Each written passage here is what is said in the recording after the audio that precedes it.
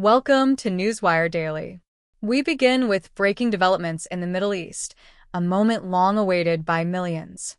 After more than 2 years in captivity, Hamas has released all surviving Israeli hostages in what officials are calling a historic turning point in the Gaza conflict.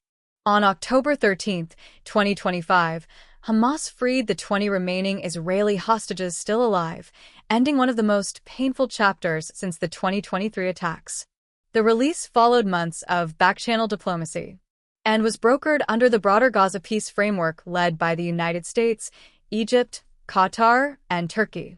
The hostages were handed over to the International Committee of the Red Cross before being transferred to Israeli forces at the Kerem Shalom crossing. Emotional scenes unfolded as families were reunited after nearly 737 days of uncertainty. Among those freed were Noah Argamani and Avinatin, or the couple captured at the Nova Music Festival in October 2023, whose abduction became a symbol of Israel's trauma. Also freed was Alon Ohel, a pianist injured during the same attack, who endured 2 years of detention and repeated interrogations.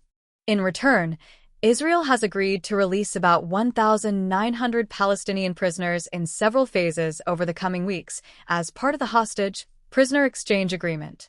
The deal also includes commitments for humanitarian aid and reconstruction inside Gaza. U.S. President Donald Trump, who attended the ceremony in Israel, called the event the end of the war and a victory for peace.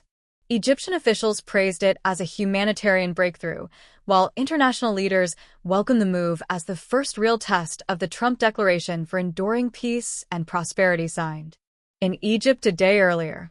However, challenges remain.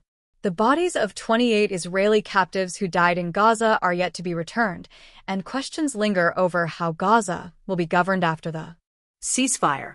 Analysts warn that without political reconciliation and security guarantees, this fragile peace could unravel quickly. The hostage release marks a rare moment of unity in a region torn by decades of conflict.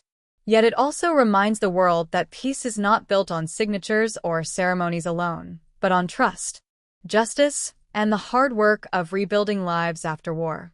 Stay tuned to Newswire Daily for the latest developments following the Gaza ceasefire and across the wider Middle East.